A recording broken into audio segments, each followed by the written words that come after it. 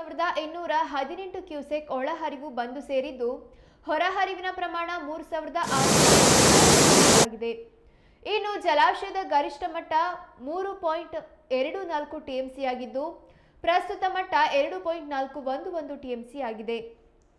ಕಳೆದ ವರ್ಷ ಇದೇ ಸಮಯದಲ್ಲಿ ಜಲಾಶಯದ ಮಟ್ಟ 2.411 ಟಿಎಂಸಿ ಆಗಿತ್ತು.